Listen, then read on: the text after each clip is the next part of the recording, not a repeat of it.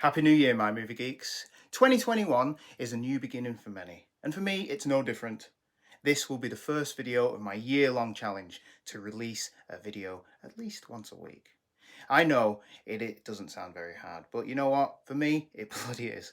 So, in a change to recent reviews, and I hope you all enjoyed my Christmas movie reviews, here is a video about one of my favourite movies of all time, Raiders of the Lost Ark.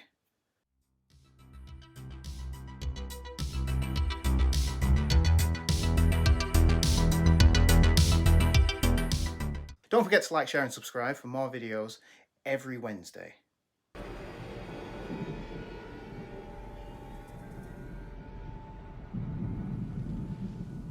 Snakes. Why did it have to be snakes? A line that when heard is impossible to not know where it's from. Raiders of the Lost Ark was released on the 12th of June 1981 and was the introduction of the eminent archaeologist Indiana Jones, portrayed by the great Harrison Ford. In mid-2020, Indiana Jones was voted the greatest ever movie hero by Empire readers, and it's hard not to agree. Let's descend into the well of souls and discover why Raiders of the Lost Ark and Indiana Jones had such an impact on my life. I was young when I first saw Raiders, probably about 7 or 8, and I remember seeing it on a Saturday evening with my family. The cold open introduces us to the character of Dr. Henry Jones Jr., aka Indiana Jones. Without uttering a word or seeing his face for the first 3 minutes, these 3 minutes give us so much. From the Paramount logo transitioning to Mount Schubert, a mountain in Peru, which is actually the Catalina mountain in Hawaii, we know we're already on an adventure. An expedition being led by a shadowy figure in a fedora and a dark leather jacket. And this is enough to build the legend that is the man, Indiana Jones. As said, we only get a glimpse of him, but he notices poisoned arrows stuck in trees and ancient hidden statues in the forest undergrowth. As locals become scared of these omens and warnings, Jones just shrugs them off and continues on his journey. Alfred Molina and Vic Tablian play Peruvian guides Satipo and Barranca. Jones has hired, but Barranca pulls a gun and attempts to kill Jones, giving us the iconic first shot of Jones whipping the gun from Barranca's hands. Jones walks into shot from the shadows, and we finally see our main character.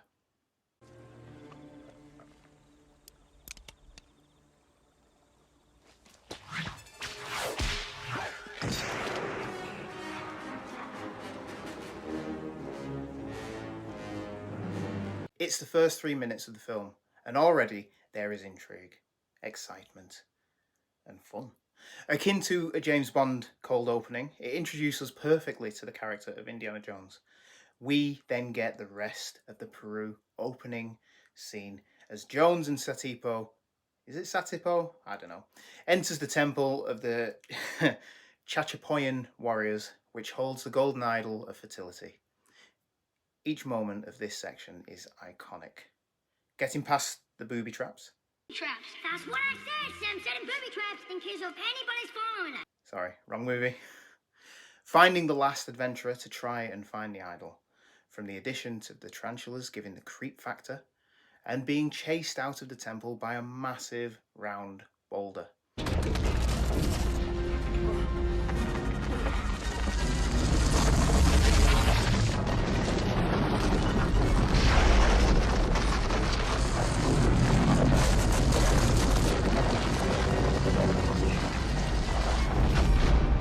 Everything about this scene is iconic. From the sand in the bag, to Indiana Jones stroking his chin while judging or misjudging the weight of the idol. Retrieving the idol is so well known that it has been parodied hundreds of times. Probably best and most memorably for me in the Simpsons episode Bart's Friend Falls in Love.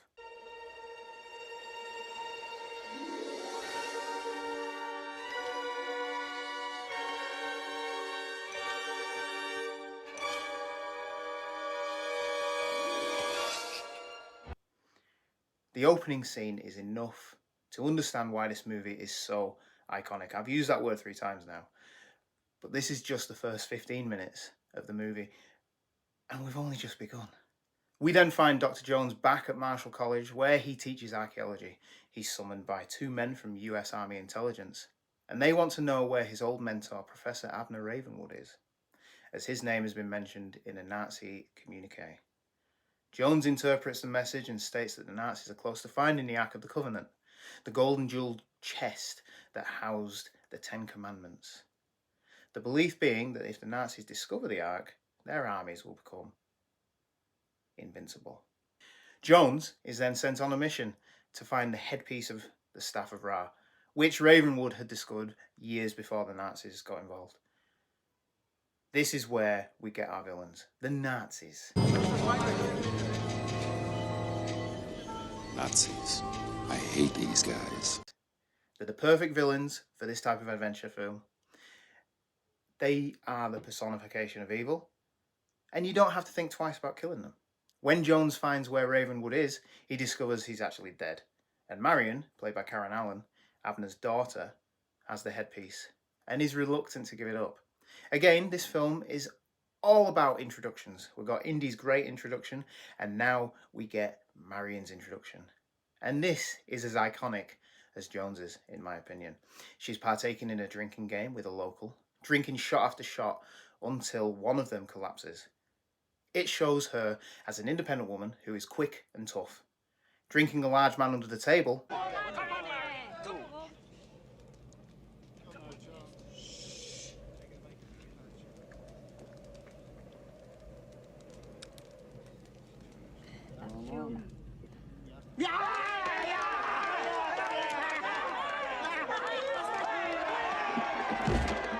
and 30 seconds into the reunion with Indiana Jones, she punches him in the jaw.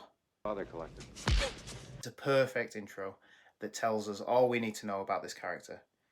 She doesn't give him what he wants, so he has to leave. But he's not the only one looking for it. A Nazi agent called Arnold Ernst Todt, played by Robert Lacey, is the perfect Nazi. He's sadistic, ordering his henchmen to kill both Indiana Jones and another henchman of his own, and even laughing maniacally and hysterically when Herman Dietrich throws Marion into the Well of Souls to die with Indy. If you were to think of an SS Nazi Gestapo officer, Todt is who you would go to. He's got the round glasses, the greasy face. Upon arrival in Egypt, Indy and Marion get help from Salah, played by John Rhys Davies, who's an Egyptian digger working for the Nazis to find the Ark. As they have the full headpiece, they're able to get the correct measurement of the Staff of Ra. And cue yet another iconic set piece. Indy enters the map room. He is able to find the correct location of the Well of Souls, where the Ark is kept. And secretly, he begins to dig.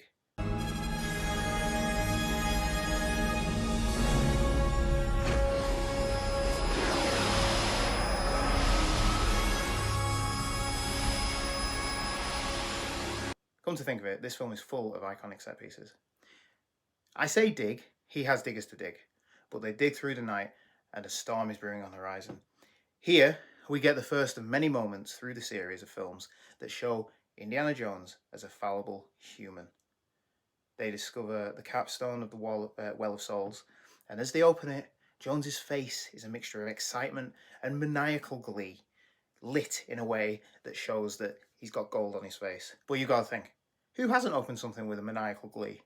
From a tomb to a pack of Imperials. Other moments include when he's reaching for the Grail hanging off a cliff, and also when he gets the Sankara stones. But this is the first. He knows how close he is to succeeding, and he knows that he's right under the Nazis' noses. This is one of the reasons why the character of Indiana Jones is actually so relatable. Because like us, he can fail. And a lot of the time he does. Moving swiftly on, the next moment, the fight against the Luftwaffe mechanic played by Pat Roach. Indiana Jones proves that despite being able to fight, his biggest strength is being able to take a beating. One punch from the mechanic knocks him on his ass, and this is after he's tried to throw several punches of his own. And hey, who hasn't received a punch that's knocked them on their ass? I know I have. The fight is scrappy, and if I may jump ahead, this is what I feel was lacking from Kingdom of Crystal Skull. Jones needs to be seen as mortal. He's not an Arnold Schwarzenegger or a Sylvester Stallone type hero. He's more like us. He's more of the everyman. Cue a further iconic scene. I told you there were many, where the mechanic is killed by the plane propeller.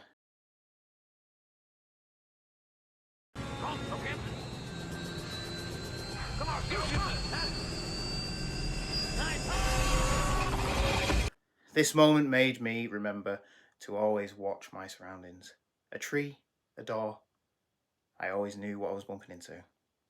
And you never know when a propeller might get you. This scene is followed by a truck chase, which sees Indy take control of a truck that is carrying the Ark. He gets rid of a load of Nazi officers. He gets shot in the arm. He gets thrown from the truck. And then he retakes the truck again. This is all great character development, showing that he is fallible and he's not superhuman. And seems to make everything up as he goes along.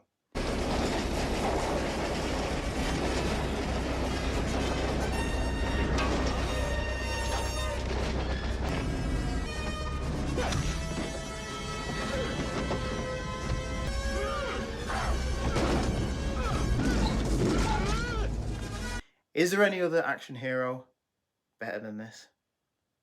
The Nazis capture the Ark and take it to a secret island, similar to those used by the James Bond villains, and they attempt to open the Ark. Marion, don't look at it. Shut your eyes, Marion. Don't look at it no matter what happens.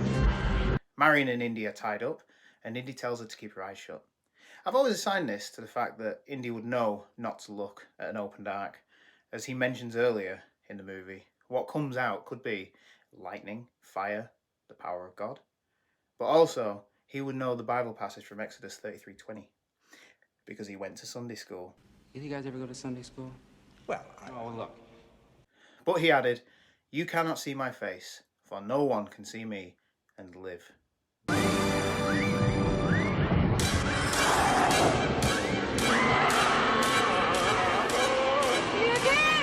look, Ray! Keep your eyes shut!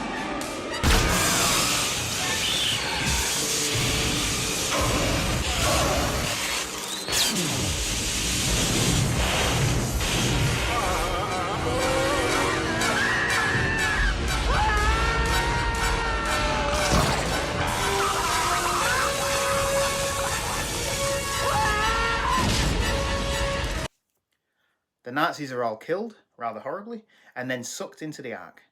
The effects here, in my opinion, are brilliant. Tot and Dietrich both have their faces melted to the bone, which was done using a gelatin substance that was melted over about 10 minutes and then sped up for film. The CG is good, but only in some aspects. And I feel that practical effects have the texture and consistency and can't be topped. Indy and Marion both walk away unharmed, and the Ark is sent to the US to be studied by top men. of unspeakable power, and it has to be researched. And it will be, I assure you, Dr. Brody, Dr. Jones. We have top men working on it right now. Who? Top men.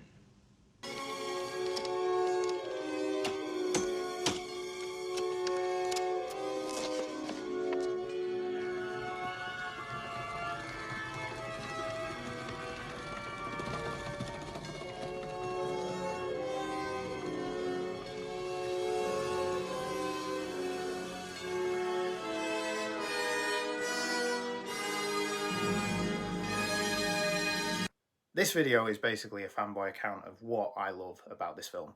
I'd urge you all to go and stick it on right now. Even if you've watched it recently, just go and watch it. It's just because it's a great movie. It is one of my favourite films of all time, and the rest of this trilogy, I said trilogy, I have some feelings towards the fourth one. This film shaped my life in a way that I cannot deny. I have several fedoras. I've been wearing leather jackets since I was a young teen, and I went into a career of archaeology, believe it or not. And there's a reason why this channel's icon is my face on Indiana Jones. The whole thing fascinated me. I love the 30s action serial style of the film, so much that I wanted to live it. This film has massive rewatch factor for me. So much so, in Christmas 2019, the family and I all watched it, the whole series. Then when the UK went into the first lockdown, the BBC replayed the films, and that was only in March, and we watched it again.